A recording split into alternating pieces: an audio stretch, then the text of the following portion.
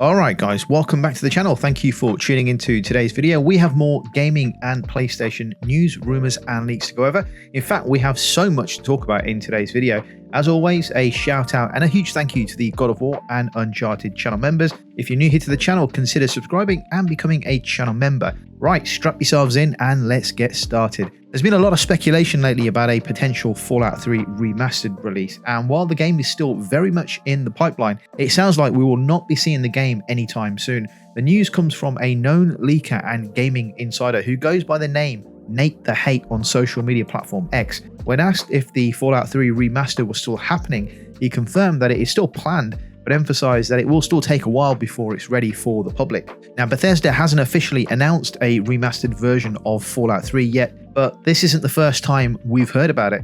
Rumors about the project picked up after confidential Microsoft documents surfaced during the company's legal battle with the FTC. Those same documents revealed several internal projects, including remasters for both Fallout 3 and the Elder Scrolls Oblivion. And now that Oblivion's remaster has been confirmed with leaked images hitting the internet, it's fair to say that Fallout 3 Remaster feels more like a when rather than if. For those who might not be familiar, Fallout 3 was originally released back in 2008 for the PlayStation 3 and the Xbox 360 and PC. The game is set in a post-apocalyptic Washington, D.C. in a region known as the Capital Wasteland. Players take on the role of a young resident from Vault 101 who ventures out into the wasteland to search for their missing father. The game was a huge hit when it came out, praised for its world building, freedom of choice, and strong storytelling. It received 5 DLC packs and even came out with a Game of the Year edition. Given the game's legacy, fans have been eager to revisit the game on modern hardware. If the development timeline for the leaked Microsoft roadmap still holds true, we might be looking at a release window sometime in the next 18 months to 2 years, so potentially 2026, maybe early 2027. Elder Scrolls Oblivion Remaster is already close to launching, complete with visual upgrades thanks to the Unreal Engine 5. So even though Fallout 3's update is still quite a way off, the success and reception of Oblivion's remaster could give us a hint of what to expect in terms of visual upgrades for Fallout 3. Until then, it's a waiting game, but one that looks quite promising. Fallout 3 was a really good game back in the days. I know there's lots of you who enjoy the Fallout series, and it's had a bit of a resurgence recently with the Amazon TV show and the next-gen update to Fallout 4. Looking forward to hearing more about the remake as we move forward into the year. Let's move on to Days Gone. The game already performs well on the PlayStation 5 thanks to backwards compatibility, but a full remaster is on the way and it's arriving very, very soon. Days Gone Remastered is bringing more than just sharper visuals. One of the biggest new features is the Horde Assault mode, which now will allow up to 800 freakers, those zombie-like enemies, to appear on the screen all at once. That's a huge jump in intensity, and it should really push the PS5's capabilities. Speaking to the official PlayStation blog, Kevin McAllister, not from Home Alone, but actually one of the PlayStation developers, explained what else players can expect from the remaster. He mentioned that the team has worked on improving several aspects of the game's graphics. That includes better lighting, enhanced shadows, deeper fog, and more natural environmental elements like moonlight and sky color. According to McAllister, nighttime in the game will now look darker and more atmospheric, and the overall world will feel more grounded in reality. That said, most of the preview images shared so far have focused on cutscenes, which don't really show off these improvements as clearly as we want to see them. So it'll be interesting to see how everything looks and feels during the actual gameplay. The good news is that we won't have to wait too long.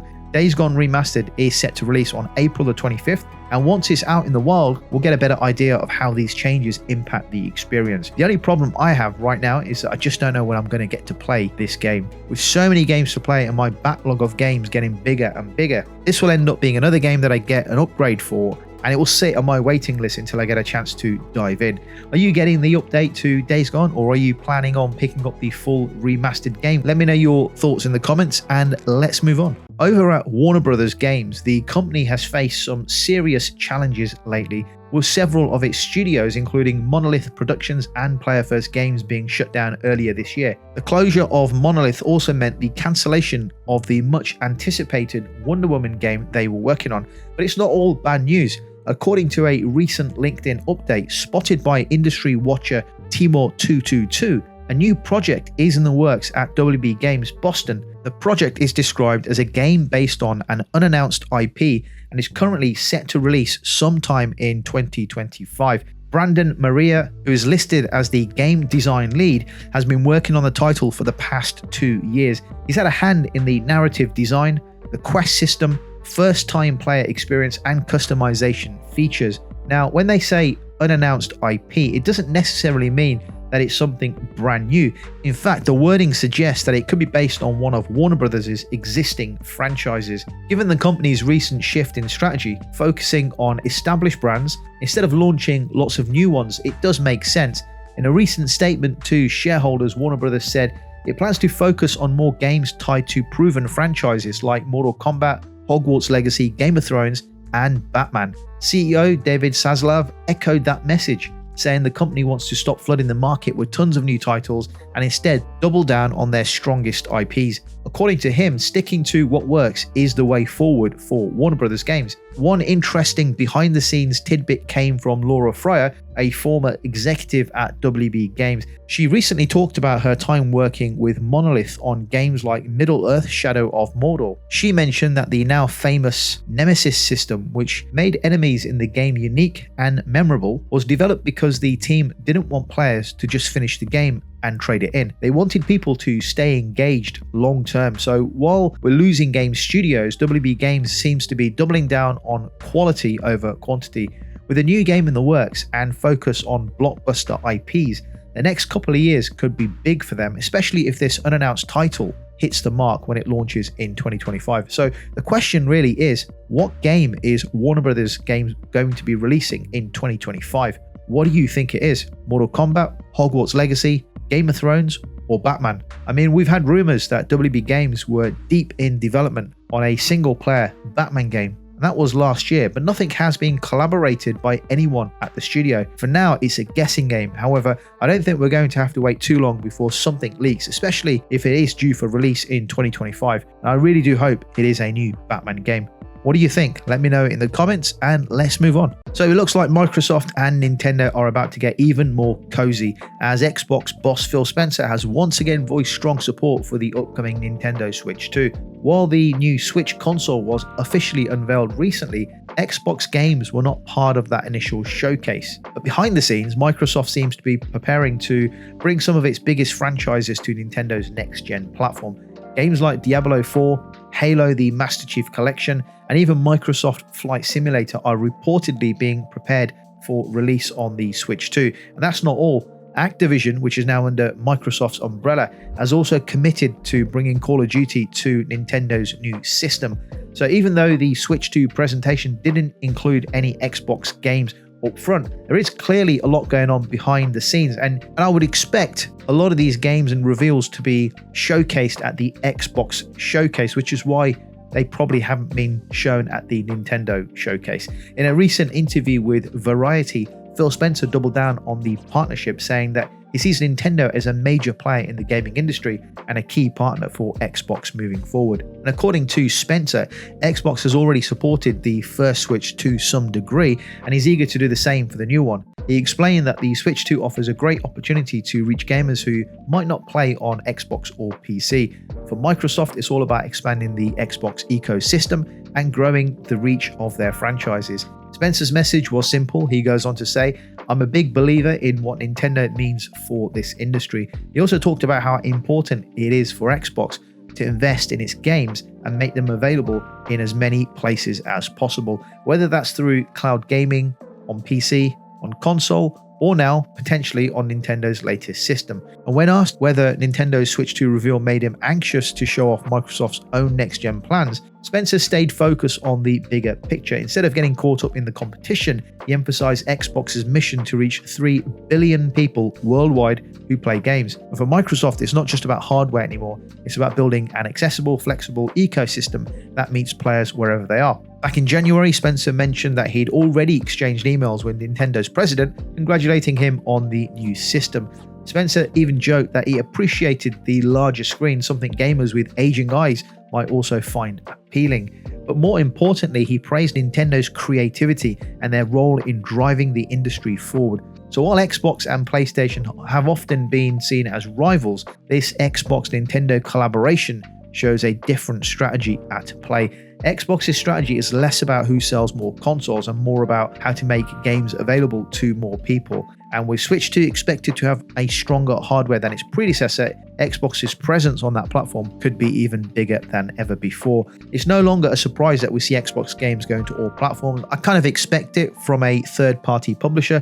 The thing I don't get is, for any new gamer who wants to come into the market, why would you buy an Xbox console right now? Think about it. If you're shopping for a new console in 2025 or 2026, why would you buy an Xbox console? Now think about this carefully. On the Nintendo Switch 2, you can play Nintendo games and Xbox games. On PlayStation, you can buy and play PlayStation and Xbox games. And on PC, of course, you can play Xbox games and some PlayStation games. There is a reason to own a Nintendo or a PlayStation. And for those that can afford it, there's a reason to own a PC. However, there is no excuse, there's no reason to own an Xbox console if you're new to the market. And the idea of Microsoft putting their games everywhere is absolutely fine. There's nothing wrong with that. It makes sense, as I've said, as a third-party publisher to get your games on every platform. But it doesn't make sense if you're trying to sell hardware for that platform too. If anything, it's probably justifying their reasoning to completely move away from Xbox hardware altogether in the next few years as the Xbox hardware user base dwindles in size. Let me know your thoughts on this in the comments and let's move on.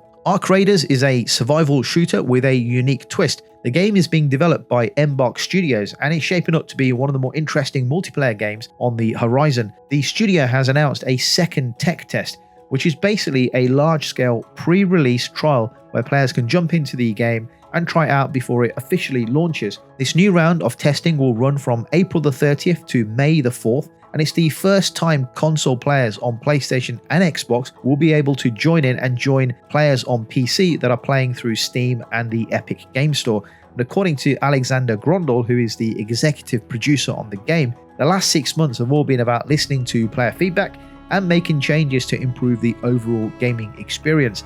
The upcoming tech test will give the developers a chance to see how those changes perform when more players are involved in the game. They're especially looking for feedback on the game's progression system, combat mechanics, cross-platform performance, and the overall feel of the game now that it's more developed. So what exactly is Arc Raiders? Well, it's a PvPvE extraction shooter, which means you're not just fighting AI enemies, you're also fighting against other players. The game is set in a post-collapse world where players, known as raiders, explore dangerous areas to collect valuable resources. These areas are full of threats, including huge robotic enemies called Arc machines, as well as competing raiders who might try to ambush you and steal your loot. The game world, known as the Rust Belt, is a mix of abandoned cities and rugged wilderness. Players can team up in squads of up to 3 or go solo. During a run, you'll need to gather resources, fight enemies, and make it out alive with whatever gear you've collected. For every trip into the field is a gamble. Do you push further for better loot, or head back early and play it safe? The second tech test is adding a lot of new content and improvements, so you should expect to see new enemy types, more weapons and gear, expanded crafting and progression systems, and a first look at the game's Battle Pass system. Arc Raiders blends tense survival gameplay with more traditional shooter elements, and it's built to appeal to fans of extraction games like Escape from Tarkov, but with a more futuristic and sci-fi style. And at a price point of around £40, it's shaping up to be a mid-range title rather than a full AAA priced game, which could make it more accessible for players looking for a new multiplayer experience. The full game is scheduled to release in 2025, but this tech test will be a great chance for players to see how far the game has come and help shape it before launch. Now, I've seen some of the trailers and gameplay for Arc Raiders, and whilst I'm not a fan of live service games, if I compare this to Marathon, I would much rather prefer Arc Raiders than Marathon, just purely based on the look and feel of the game, the graphics, the art style. So although I'm not really hyped for Marathon, I would be prepared to give Arc Raiders a try.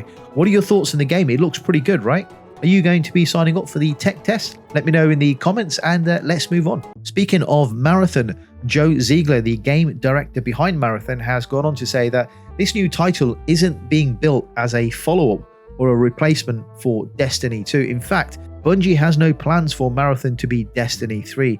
Instead, they're aiming for something much more focused, and it's definitely not going to be for everybody. In an interview with Games Radar, Ziegler made it clear that Marathon is all about player versus player combat. He said straight up that if you're someone who plays games mainly for their PvE content like story missions, raids, co-op boss fights, then Marathon probably is not going to be your thing. That might come as a surprise to Destiny fans who are used to Bungie's blend of PvE and PvP player experiences. But Ziegler was open about the fact that Marathon is being designed for a very specific kind of player and those who enjoy sandbox style PvP shooters. Think along the lines of competitive, high-stakes gameplay where you're constantly adapting and trying to outsmart real human opponents in dynamic environments. He also touched on how the team plans to onboard players who are coming over from Destiny. While there are some things that they can do to make that transition smoother, Ziegler admitted there are also limits. Basically, it's a different game for a different audience, and during a recent reveal, Bungie showcased the first actual gameplay footage of Marathon, confirming that it will be a premium title rather than a free-to-play game. Another interesting detail is that it won't have proximity chat, which is often used in multiplayer games to let players talk to nearby users.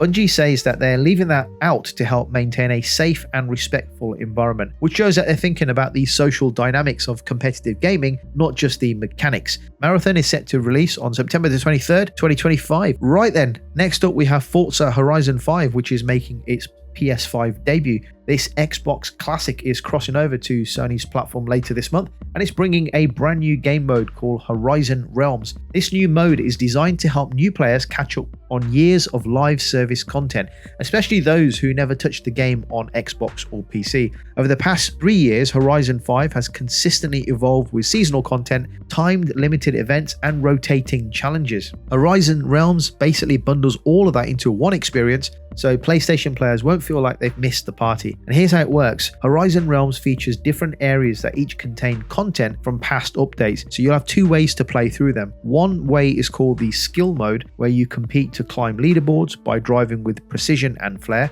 and the other mode is free mode, which lets you just explore with your friends without any pressure. Every location has a set of badges that you can unlock, and if you manage to complete all of them, you'll be rewarded with a bunch of new cars, including the Lamborghini Huracan Starato, the Lamborghini Revoluto, and the Hennessy Mammoth. It's a pretty solid reward lineup for players who want to experience everything Forza Horizon 5 has offered so far. It's not just a good entry point, it's also a smart move to keep the community growing as the game lands on a new platform. And finally, we've got some exciting news for fans of Warhammer 40k Space Marine 2. Developer Saber Interactive and publisher Focus Entertainment just released a major update called the Trygon update, and it adds a whole bunch of new content to the game. First up, there's a new PvE mission where players head back to the windswept planet Avarax. This time, your main target is a terrifying new boss called the Trygon, a towering creature known for its sneaky, burrowing attacks and ability to harass players no matter where they hide. Alongside the new mission, players also get to access a brand new weapon called the Inferno Pistol. It's a powerful secondary weapon that brings some serious heat to your loadout. But that's not all. The Trygon update also includes a bunch of quality of life improvements based on community feedback. And some of the highlights of that is prestigious ranks and rewards, giving veteran players something to grind for. You also have a full rework of weapon perks, so you'll want to revisit your favorite gear. There's new color customization options for cloth, tabards, and hoods across all classes. There's custom PvP lobbies for up to 12 players, so you can create your own, and eternal war matches and ability to tweak the settings however you want. And for players who own the season pass, there's also new cosmetic DLC included. All of this makes the Trygon update a big step forward for Space Marine 2. Whether you're into the cosmetics, new gear, or just want a fresh challenge, there's something here, I think, for everybody. Okay, guys, let me know your thoughts in the comments down below about the topics discussed in the video today. Thank you for watching, and I'll catch you on the next video.